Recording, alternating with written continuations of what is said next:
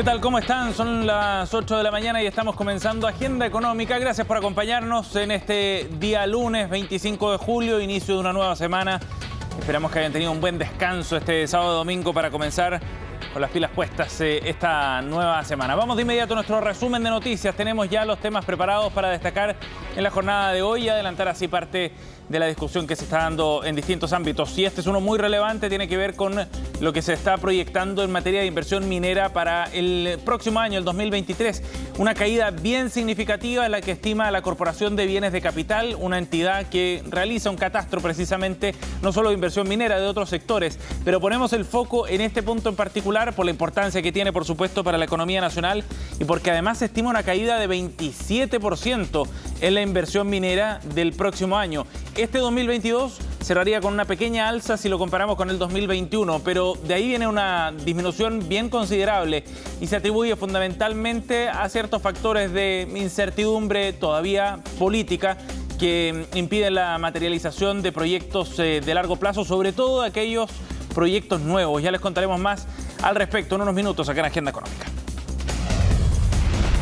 Por otro lado, vamos a hablar también de lo que está ocurriendo en el mercado inmobiliario. Hemos conversado harto sobre este tema en los últimos meses debido a lo que está ocurriendo en un mercado que todavía está estrecho desde el punto de vista de la oferta y la demanda. Sin embargo, un dato publicado el día de hoy por Pulso refleja que hay una caída nuevamente por cuarto mes consecutivo en el precio de las viviendas en nuestro país. Si bien el stock de viviendas ha alcanzado un récord de publicaciones según este reporte, hay una tendencia a la baja en el precio de las casas y también de los departamentos, de acuerdo a lo que ha recopilado el sitio de publicaciones de viviendas disponibles en el mercado toktok.com. Es un dato bien relevante porque si bien la caída que se ha visto en el último mes es menor a las anteriores, el pico estuvo en abril, de todas maneras podría quitarle algo de presión a un mercado que, como decíamos, estaba muy ajustado. Ya les contamos más en unos minutos acá en Agenda Económica. Y por otro lado, hablemos de lo que está ocurriendo con Codelco, que el día de hoy se supone debería retomar parte de sus funciones tras la paralización que tuvo que aplicar la semana pasada. Recordemos que han fallecido 2 trabajadores en menos de 10 días en 2 de sus yacimientos, sobre todo en fases de expansión, y esto llevó a tomar drásticas medidas que incluían la paralización de sus funciones y por otro lado también someterse a un espacio de consultoría a nivel internacional para diagnosticar qué es lo que está ocurriendo en un tema fundamentalmente sensible para esta industria y para Codelco, por cierto, en particular. Ya veremos cuáles son las medidas que se han anunciado y qué es lo que va a ocurrir el día de hoy en la minera estatal. Y en la entrevista del día de hoy vamos a analizar un tema que ha dado mucho que hablar en las últimas semanas. Tiene que ver con el desarrollo de la política comercial en nuestro país, donde han surgido ciertas voces de cuestionamiento y de preocupación sobre el rumbo que está tomando bajo la nueva administración del presidente Gabriel Boric. En particular por lo que ha ocurrido, por ejemplo, respecto a la ratificación del tratado que busca modernizar más bien el tratado comercial con la Unión Europea y algunas exigencias y discrepancias que podría estar planteando Chile en torno a este tema. O bien respecto al TPP-11 y la demora por ratificar este tratado al que Chile ha sido convocado también a formar parte. ¿Hacia dónde se encamina la política comercial chilena? Es lo que vamos a analizar en unos minutos en la entrevista de hoy acá en Agenda Económica. Y como siempre, revisamos los datos del mercado para el día de hoy, qué es lo que está ocurriendo en las bolsas, fundamentalmente en Europa, también en Asia, donde ya cerraron mucho más temprano. Estos son los números para partir el día, con el Eurostoxx subiendo a esta hora de la mañana 0,51%. Recordemos que este es el indicador que reúne a varias bolsas de Europa, mientras Londres está ganando a esta hora 0,23%, de acuerdo a los datos publicados a esta hora de la mañana. Más temprano, Asia cerró con números negativos. El Nikkei japonés cerró con una caída de 0,77%, mientras que el Hang Seng de Hong Kong lo hizo con una caída de 0,22%. Los números entonces para comenzar esta jornada, algunos datos bien relevantes que podría marcar la semana de transacciones. Bueno, fundamentalmente lo que ocurra con la Reserva Federal y los mensajes que deje el Banco Central de los Estados Unidos. Y ojo también con algunos datos que están llegando desde Europa, por ejemplo, respecto a un temor de una posible recesión en el viejo continente. Hoy día se publicaron datos de confianza de los inversionistas en Alemania, en particular la primera economía europea, que muestran cómo el temor por una recesión ha ido creciendo de la mano de los últimos datos, sobre todo de inflación en ese continente. Ojo también con lo que vaya a ocurrir el día de hoy con el precio del dólar, que el viernes cerró al alza con un valor superior a lo que habíamos visto en la última semana, 951 pesos para el indicador del tipo de cambio en nuestro país. Mientras que el IPSA, en tanto, cerró con un aumento semanal de 2,53% la semana pasada. Bien, vamos a comenzar entonces revisando el detalle de las informaciones que ya les contábamos en nuestro resumen y partiendo por este dato sobre la inversión minera, muy relevante, como decíamos, por el peso que tiene este sector en la economía nacional, porque además es uno que es altamente intensivo en capital y eso es bien relevante a la hora de analizar qué es lo que está ocurriendo con la inversión en este sector. Se ha proyectado ya una caída de la inversión bien relevante para este y el próximo año, de acuerdo al Banco Central, pero en este catastro que publica la Corporación de Bienes de Capitales, que trae hoy día el diario El Mercurio, se proyecta una caída de 27% en la inversión minera para el año 2023. Es una caída muy profunda, sobre todo si se considera que el 2020 y el 2021 habían sido años bien relevantes en términos de crecimiento. Por ejemplo, el 2021 hubo un crecimiento de 38,4%. Claro, la baja base de comparación hacía augurar un repunte fuerte el año anterior. Este año ya se notó una primera desaceleración, 2,1% de crecimiento, pero aún así seguía siendo expansivo. Sin embargo, el próximo año se estima que la inversión debería bordear los 4.827 millones de dólares. Un menor dinamismo, dice este reporte, en medio de un proceso de cambio político, sobre todo, que ha generado algo de incertidumbre para la industria. Por un lado, la nueva Carta Magna establece cambios importantes para la regulación del sector, por ejemplo, respecto a faenas en zonas donde haya glaciares. El acceso a cursos de agua también y derechos de agua es otro factor que preocupa en esta industria. Y por otro lado, en materia impositiva, vemos también que en el Congreso está en discusión un proyecto de royalty que sin duda va a generar también una afectación desde el punto de vista de la inversión minera para los próximos años. Y eso es lo que se comienza a reflejar entonces en este catastro de la Corporación de Bienes de Capital. Y la disminución, según lo que explican desde la CBC, corresponde fundamentalmente a que no hay en el portafolio proyectos nuevos, es decir, nuevas exploraciones y nuevos desarrollos. Y esa es una señal que desde la industria han puesto de relieve al momento de analizar algunos de los cambios que se están dando a nivel regulatorio en nuestro país.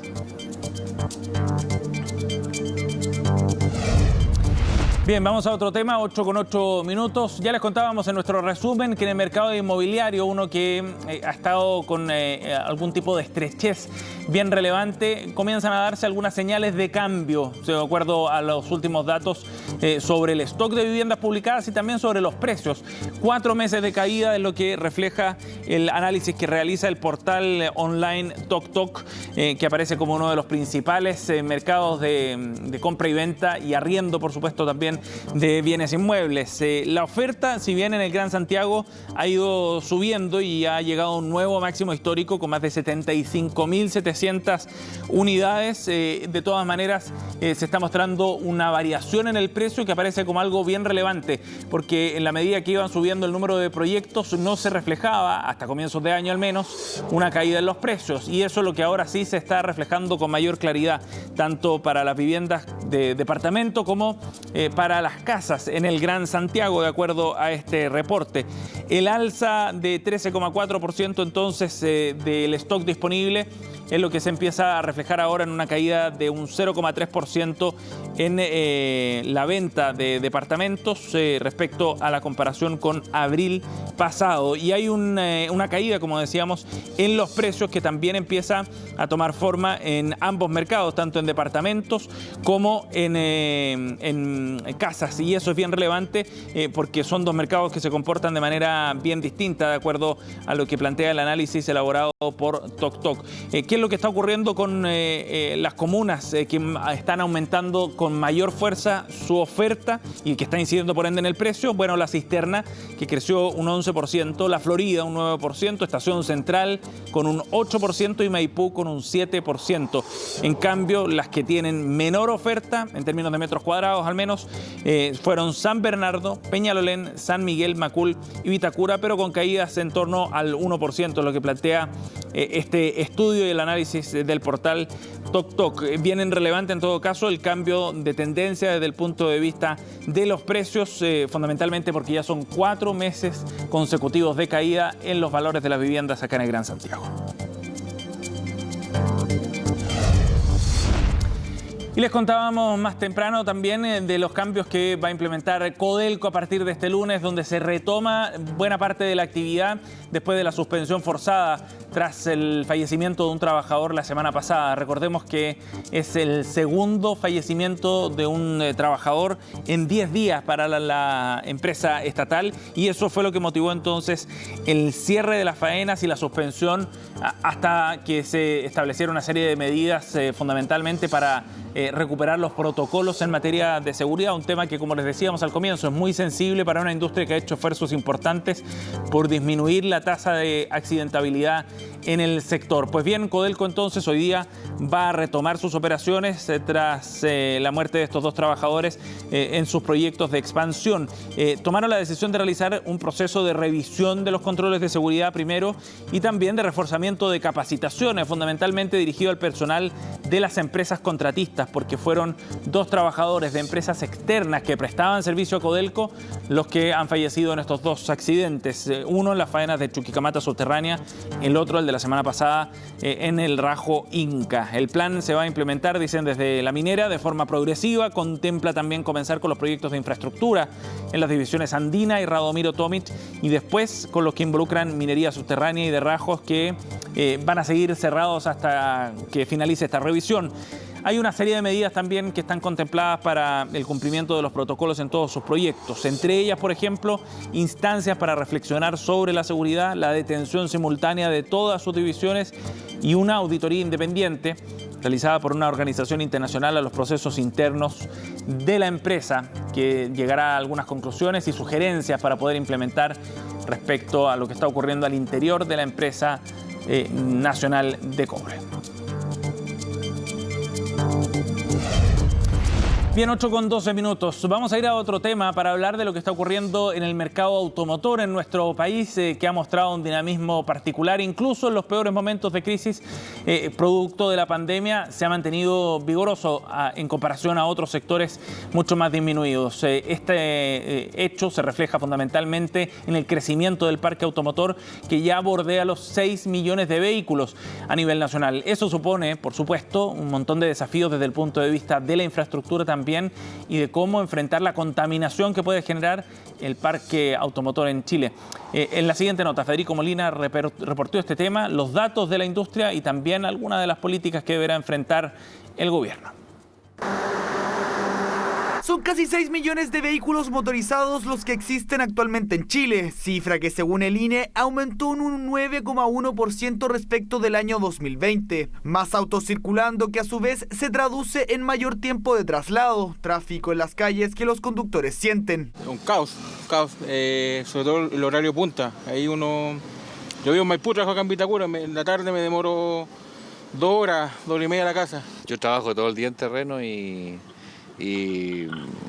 claro, me afecta, sí, sobre todo en las tardes. Ha estado muchísimo más tráfico en líneas generales. ¿A llegar a la casa? Sí, antes me tardaba como 30 minutos, ahora me demoro 40, 45, dependiendo por dónde me meta, obviamente. Aumento en el parque automotriz de vehículos nuevos y usados, que tendría varios factores. Hoy día el vehículo es algo mucho más democrático. La gente utiliza el auto no solo para fines particulares, sino para emprender durante la semana, trabajar los fines de semana. En este momento tenemos un automóvil cada 3,6 habitantes en el país. Claro, no habían autos nuevos, la demanda de los usados se fue arriba, los precios también se fueron arriba y por ende, claro, tú publicabas un auto y lo vendías, oye, en 2 días, 3 días. Y ese auge en las ventas acarrea problemas en el tráfico, donde año a año seguirán aumentando más autos. Por esa razón, el gobierno ha buscado alternativas para enfrentar el problema. Tenemos que avanzar en mayor redundancia de nuestra conectividad.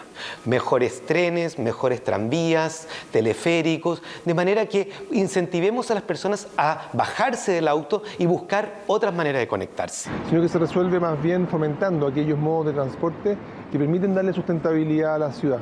Y por eso es que nuestro foco está puesto en más y mejor transporte público, más y mejor infraestructura para modos no motorizados. Infraestructura vial que en la actualidad parece no ser suficiente, un desafío constante para el desarrollo de las ciudades del presente, donde el uso del auto se ha masificado. Esto probablemente puede afectar no solo la infraestructura que ya existe, sino también la infraestructura que se realizará a futuro. Pero las mismas previsiones prevén que de aquí a unos años estas autopistas están igual de congestionadas y de saturadas que la red vial que ya existe. En paralelo está la meta de la renovación de la flota y avanzar en la electromovilidad. Para 2035 se espera que el 100% de los autos vendidos sean eléctricos, índice que para el último año se acercó al 0,4% y se espera que para este 2022 sea del 1%. La tasa de renovación del parque chileno sigue siendo muy buena, es una de las más altas de América Latina y del continente americano en general,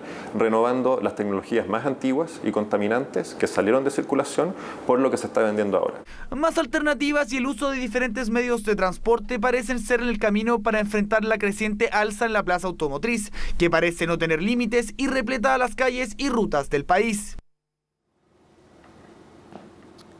Bien, 8:16 minutos, nos vamos a hacer una pausa. Al regreso estaremos analizando lo que está ocurriendo en los debates en relación a la política comercial en Chile. Con varios flancos abiertos, surgen algunas dudas respecto a cuál es la orientación que está implementando el gobierno del presidente Gabriel Boric. Al regreso analizamos el tema.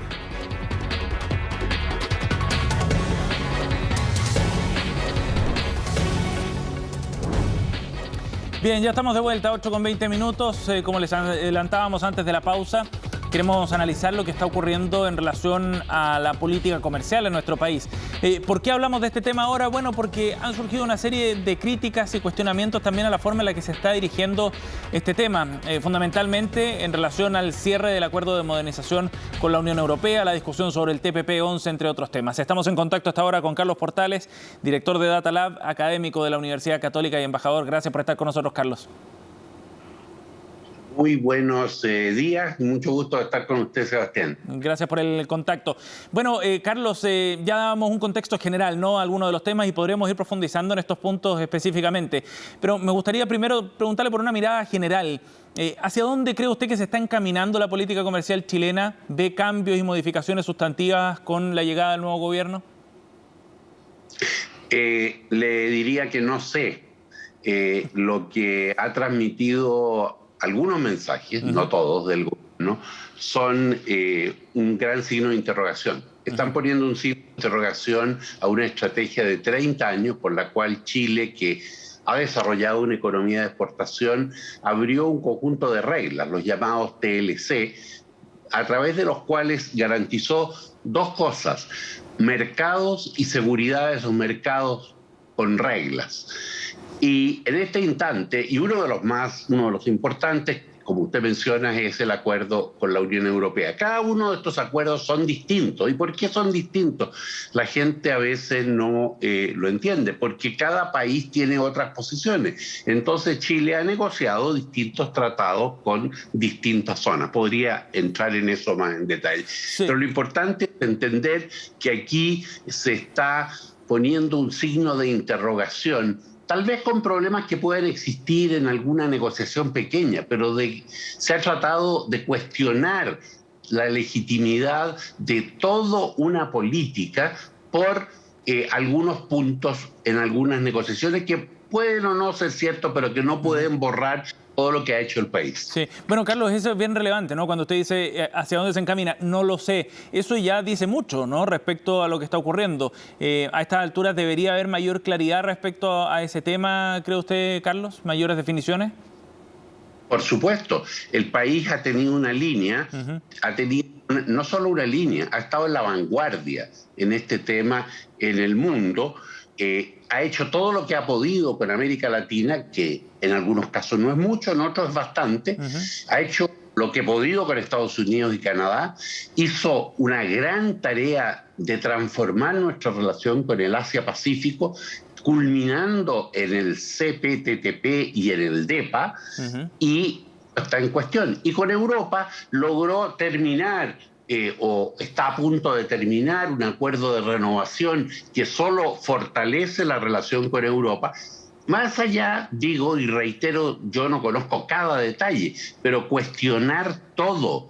Ahora, hay un segundo punto que me gustaría afirmar. Sí. Hay cosas que los tratados comerciales pueden hacer y hay cosas que no pueden hacer. Y tengo la impresión que por lo menos en algunos de los altos funcionarios del gobierno hay una confusión. La confusión es la siguiente. Los tratados de libre comercio pueden garantizar que la producción chilena se venda, salga, haya reglas. Lo que no puede garantizar un tratado de libre comercio es lo que se produce en Chile. Eso es un tema de política del gobierno, pero una política fundamentalmente doméstica. Carlos, pretender transformar la estructura productiva, perdóname que termine, a través del tratado de libre comercio es mirar las cosas en posición invertida.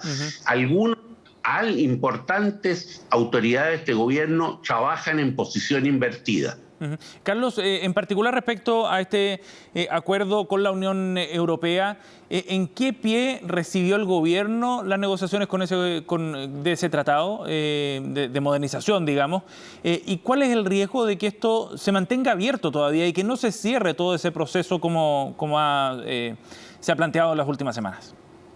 Bueno, mire, lo que yo entiendo es que esto se cerró verbalmente durante el gobierno del presidente Sebastián Piñera y que se iba a firmar al comienzo de este gobierno. Y ahí se planteó por parte de este gobierno algo que fue, yo diría, parece ambiguo. Al señor Borrell, cuando estuvo en Santiago, se le dijo que se iba a firmar, pero que se iban a ver algunos detalles. Y entiendo que la delegación chilena que fue a Bruselas planteó más que detalles y planteó revisar algunos de los acuerdos. Entonces, no está claro que Chile y la Unión Europea, más bien dicho, el gobierno chileno y la Unión Europea estén de acuerdo. ¿Cuál es el riesgo?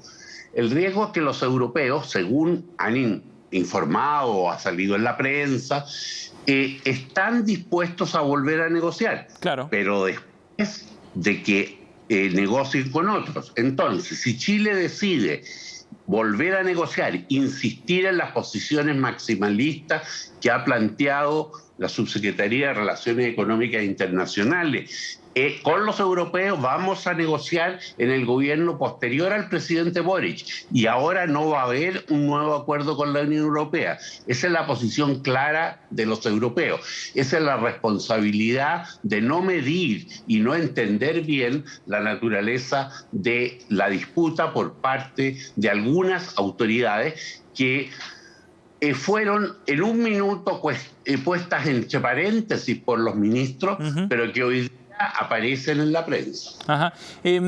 Carlos, y en ese sentido, si es que efectivamente estuviera girando o cambiando este proceso y la política comercial chilena, ¿hay señales respecto hacia dónde se podrían caminar?